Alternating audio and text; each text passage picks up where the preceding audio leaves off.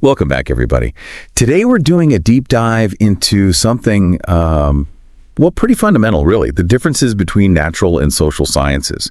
And we're going to be using this awesome article to kind of guide us. It's called Differences Between the Natural and Social Sciences by Dr. Zachary M. Wilmot. It was published earlier this year. I think you guys are probably already interested in this topic, so Yeah. we're going to skip all the, like textbook definitions and just jump right into the good stuff. So get ready to maybe think a little differently about how we create knowledge about the world. Yeah, it's really fascinating because we tend to lump these fields together under this big umbrella of science, but that can be, a little misleading. It's kind of like calling a screwdriver and a sarshi. Saw the same thing. Just because they're both tools, right? But they have totally different purposes, totally different ways of working, and natural and social sciences are kind of the same way. Totally. So let's start with, I guess, the most basic distinction. What each field actually studies. So natural sciences, you've got your gravity, cells, laws of physics. Yeah. The stuff that basically makes up the universe, right? Yeah. But social sciences, that's where things get a little more, I guess, complicated. Yeah. They're all about us, the human world, our behaviors, societies, ideas, and all the messy, unpredictable stuff that makes us, well, us. Yeah, you could say that the natural sciences are trying to understand a world that just exists, regardless of whether we study it or not. Gravity would still be gravity, even if humans, never even existed to try to figure it out. But social sciences, those are studying something that's constantly in flux, and it's changing partly because we're studying it. I mean, that's where it gets really interesting. Wait, hold on. That's kind of wild. So you're saying that social scientists are basically messing with their own data just by doing research? In a way, yeah. The article gives this example of economic theories. So imagine economists create a model that tries to predict, people's spending habits. As that model becomes more popular, people start to learn about it, they might start changing their behavior because now they're aware of it. So it's the very act of studying the phenomenon has actually altered the phenomenon. It's a feedback loop that you just, you don't get in natural sciences. Okay, wow. My mind is officially blown. So it's not just about observing. It's about acknowledging that the observation itself, becomes part of the equation in social sciences. Exactly, yeah. And that actually leads us to another, I think, crucial difference, the whole idea of objectivity versus subjectivity. Natural sciences, they really aim for pure objectivity. The observer should ideally be totally separate from whatever they're observing, but in the social sciences, that's almost impossible. Like you, the researcher, you're inherently a part of this human world that you're studying. That's such a good point. So how do social scientists even deal with that? Do they just admit defeat and say, well, everything's subjective? Well, there are two main approaches, and the article outlines both of them. One is to try to use methods like statistics to try to gain, at least some distance. Quantitative data can help kind of minimize personal bias, but it's never truly gone. The other approach is to just, embrace the subjectivity, acknowledge your own biases and account for them throughout, the entire research process. It's about being really transparent and reflective. Yeah, it's recognizing that you're always looking through a lens, even if it's just your own perspective. You can't pretend that it doesn't exist. Yeah. And this difference in perspective, I think, also affects the methods each field uses, right? Absolutely. Natural sciences, they love their controlled experiments, isolate variables, change one thing, see what happens, keep everything else the same. But in the social sciences, you rarely ever have that level of control. Think about it. Interviews, case studies, even analyzing historical texts, a much more diverse toolkit, which kind of reflects the complexity of what's being studied. So next time I'm reading a study, I need to pay really close attention to that method section. It's peeking behind the curtain to see how they actually got those results. Exactly. And it is worth noting that, these fields aren't totally isolated. Sometimes social sciences will use what are called natural experiments, where they basically take advantage of real world events as a kind of proxy for a controlled experiment. So imagine you're studying the effects of a new education policy. You could compare outcomes in a district that implemented the policy versus one that didn't. That would be a natural experiment. Okay, that makes a lot of sense. So both fields can kind of learn from each other's approaches. But there are some, I think, pretty significant institutional differences too, right? especially when it comes to funding. Oh, yeah, absolutely. With the possible exception of economics, social sciences often get, the short end of the stick when it comes to funding. And this impacts, everything from the scale of the research projects to the types of resources that are even available.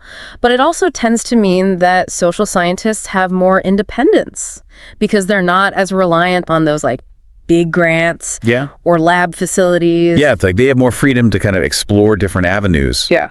And just follow, their own research interests. Exactly. And this kind of ties back to that, knowledge landscapes analogy from the article. It really highlights how these fields, approach knowledge creation in such different ways.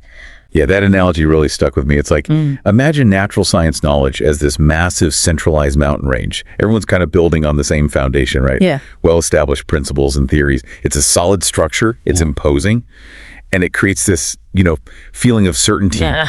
It feels almost like a pyramid, with each new discovery adding another layer of bricks, making the structure taller and more impressive. Exactly. Yeah, precisely. But the social sciences, that landscape is totally different. Think of it more like scattered islands, each representing a different school of thought or methodology or perspective on the human world. It's much more, fragmented and fluid, which reflects how social phenomena are always evolving. They're shaped by cultural influences and even, the act of observation itself. It's like the difference between constructing a skyscraper versus cultivating a diverse ecosystem. Both have their merits, but the approach and the outcomes are just vastly different. Exactly, yeah. And this difference in the landscapes, it has some major implications.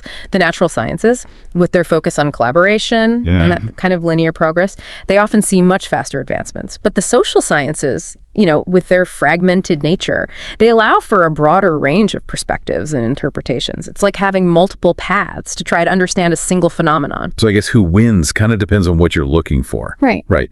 Do you want like a unified theory of everything, or do you want a more nuanced understanding that acknowledges complexity? That's the key question. And it highlights the importance of understanding these differences, not just for, academics or researchers, but for everybody, whether you're reading a news article or evaluating a policy proposal, or even just trying to make sense of, the world around you. Knowing how knowledge is created and the different ways that we approach understanding, both natural and social, it's essential. Yeah, it's like having this superpower almost, the ability to kind of see through the noise and evaluate information based on its merits. It helps you to become a more informed citizen and just a more, I think, critical thinker in general. Absolutely. And that's something we can all benefit from. But I think we should maybe shift gears a bit here and look at how these differences actually play out in real world research. Okay, I'm ready. One thing the article points out is that, social sciences, they often use these qualitative methods, things like interviews, case studies, textual analysis. Right, yeah. It's not all like crunching numbers and stuff. Can you give us like a real world example of how these qualitative methods can uncover things you might miss if you were just taking, a purely quantitative approach? Sure, yeah. Let's imagine we're trying to understand the impact of, say, a new affordable housing program in a, low-income neighborhood. A quantitative study might look at, how many people enrolled in the program, how housing costs have changed, or, the overall effect on the local economy. Yeah, that's all important data, for sure. But it doesn't tell. The whole story does it. Exactly. We might also want to understand, the lived experiences of the people who are actually participating in this program. How has it impacted their daily lives? What challenges have they faced? What, maybe unexpected benefits or drawbacks have they encountered? These are questions that numbers alone just, can't really answer. Yeah, you need to hear the human side of things, right? Not just the statistics. Exactly. And that's where qualitative methods come in. By conducting, in-depth interviews with those program participants, you can gain a much more nuanced understanding of their perspectives, their struggles, their triumphs. We can actually uncover those human stories that are kind of hidden behind the data points. It's like adding color and texture to a black and white photograph, almost. You start to see the full picture, not just the outlines. Exactly. Yeah, precisely. And this depth of understanding can be really invaluable, especially for policymakers. It can help them to identify areas for improvement and to make sure that those programs are actually meeting the needs of the people, that they're designed to serve. Yeah, so it's not just about collecting data. It's about making sure the data actually reflects, the real human impact. Now, we all know that social sciences often get this kind of bad rap for being, soft science. But I kind of want to unpack why that funding disparity exists and what it really means for the research itself. Yeah, it's true that in many cases, less funding goes to social science research, and this can limit, the scale of projects, the resources that are available. But it can also often lead to, I guess, greater independence for those researchers. They're not necessarily tied to specific labs or institutions in the same way that, say, natural scientists might be. Yeah, so it's like they have more freedom to kind of explore different avenues. Yeah,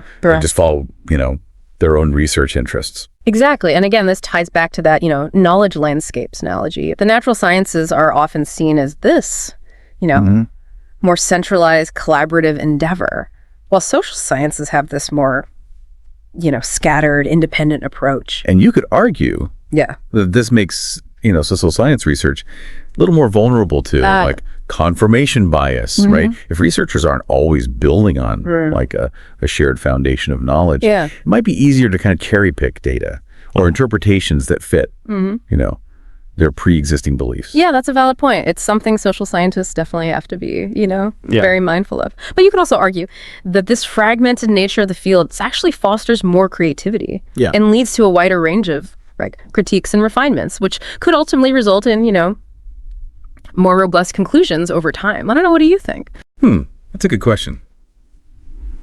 Makes me wonder if this, kind of back and forth. Oh, I was like, no, self-correcting. Nature of social science research might actually make it more reliable in the long run. But okay, let's move on to another key difference between these fields, I guess. The way they actually communicate their findings. Yeah. Right? Like it's not enough to just, do the research. You have to be able to share what you've learned and make it relevant to a wider audience. Oh, absolutely. And that can be a real challenge, especially when you're dealing with, technical or specialized knowledge. But effective communication, it's not about, dumbing things down. It's about finding ways to make those complex ideas accessible and engaging. Right. Yeah. It's like being a good storyteller almost. You have to capture people's attention and draw them to the narrative. Exactly. And that means using clear language, avoiding jargon, and providing those, real world examples that illustrate how the research is relevant to, people's actual lives. Yeah, you have to show people why it matters, not just tell them. But different audiences kind of require different approaches, right? Yeah. Like what works for a scientific journal article might not work for, say, a newspaper article. Yeah. Or a social media post. Precisely.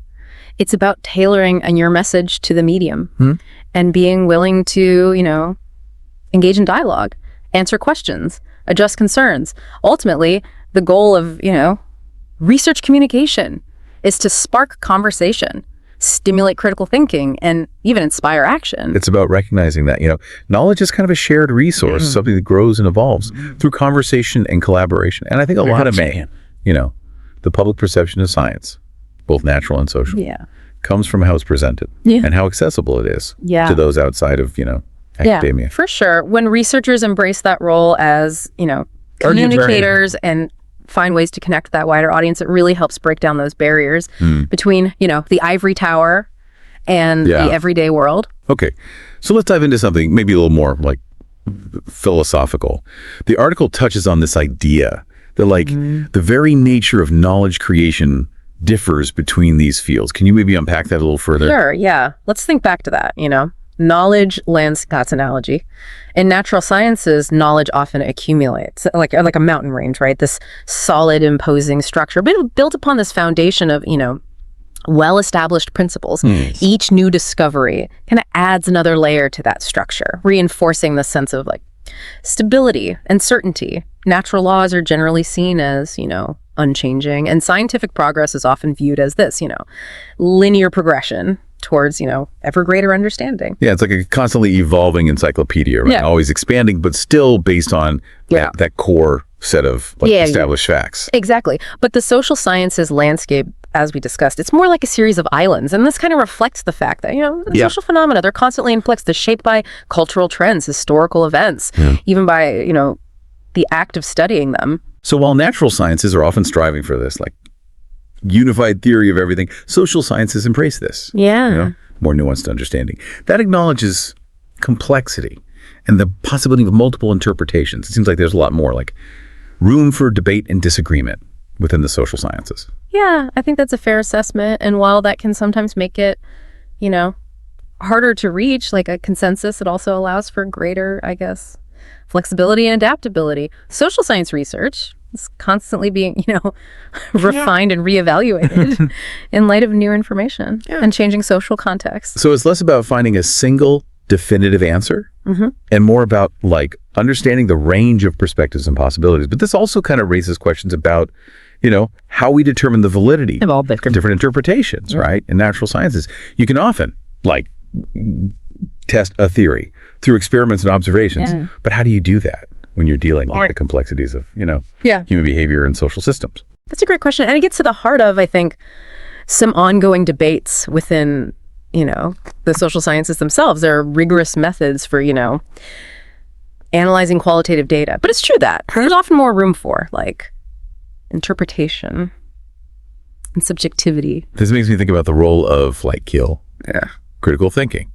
Both for, the researchers themselves and for anybody consuming social science research. You have to be able to, you evaluate the evidence that's presented, assess the methodology, right, and consider, potential biases or limitations. Absolutely. And this is where, understanding the differences between natural and social sciences becomes so important.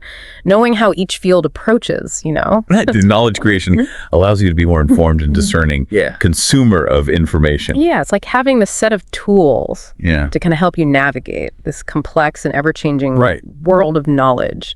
You can appreciate the strengths and limitations of different approaches and make, more informed judgments about the information that you encounter. Precisely. And this brings us back to, I think, the core idea that we've been kind of exploring here. Natural and social sciences, they're both essential for understanding the world around us, but they do so in fundamentally different ways. Yeah, and recognizing those differences is key to appreciating, the unique contributions of each field. Yeah. And using that knowledge to become more informed and engaged citizens. I think it boils down to having different sets of tools for answering different types of questions. Like natural sciences, they're really good at explaining the how of the universe, how things actually work at a fundamental level. But the social sciences, they're better equipped to tackle the why we behave the way we do, why societies form and evolve, why cultures clash or come together. Yeah, and it's those why questions that often lead to those big aha moments. Those sudden shifts in understanding can be so powerful. It's like you're suddenly seeing the world through a new lens. And things that seemed totally random before suddenly start to make sense. Yeah, exactly. And that's where I think the real power of both, natural and social sciences lies in their ability to just broaden our understanding of ourselves, our relationships, and the world we live in. Yeah, they give us the tools to decode the complexities of, human existence. We can examine both the intricate workings of the human brain and the intricate tapestry of human societies. It's pretty humbling to realize that even with, all our scientific advancements and everything, we're still just scratching the surface. There's so much more to learn, more to explore, more to question. And that brings us back to, our deep dive mission today, to untangle the differences between natural and social sciences. And I think more importantly, understand why those differences matter. We've explored, I think, a lot of ground here. Everything from the distinct objects of study to the unique challenges of, communicating this complex research to a wider audience. Right. Yeah. And I think we've highlighted how important it is to really recognize the strengths and limitations of each approach. Both fields bring something vital to the table. And understanding their differences, I think, allows us to better evaluate the information that we encounter. Yeah. And to appreciate the interconnectedness of knowledge itself. So what's the big takeaway here for our listeners? How can they actually apply what we've talked about to their own lives and their own pursuit of knowledge? Well, I think next time you come across, a research study, a news article, even just a casual conversation about a complex issue, you'll have this deeper understanding of all the different forces that are at play. You'll be equipped to, I think, ask more insightful questions, evaluate evidence more critically, and just, form your own conclusions based on a much more nuanced understanding of the subject. So it's about becoming a more active and informed participant in the world around you. Yeah. Well, I think that's a great place to wrap things up. Thanks for joining us for this deep dive into the fascinating world of natural and social sciences. I hope you all learned something new and that you'll keep those why questions coming. Until next time.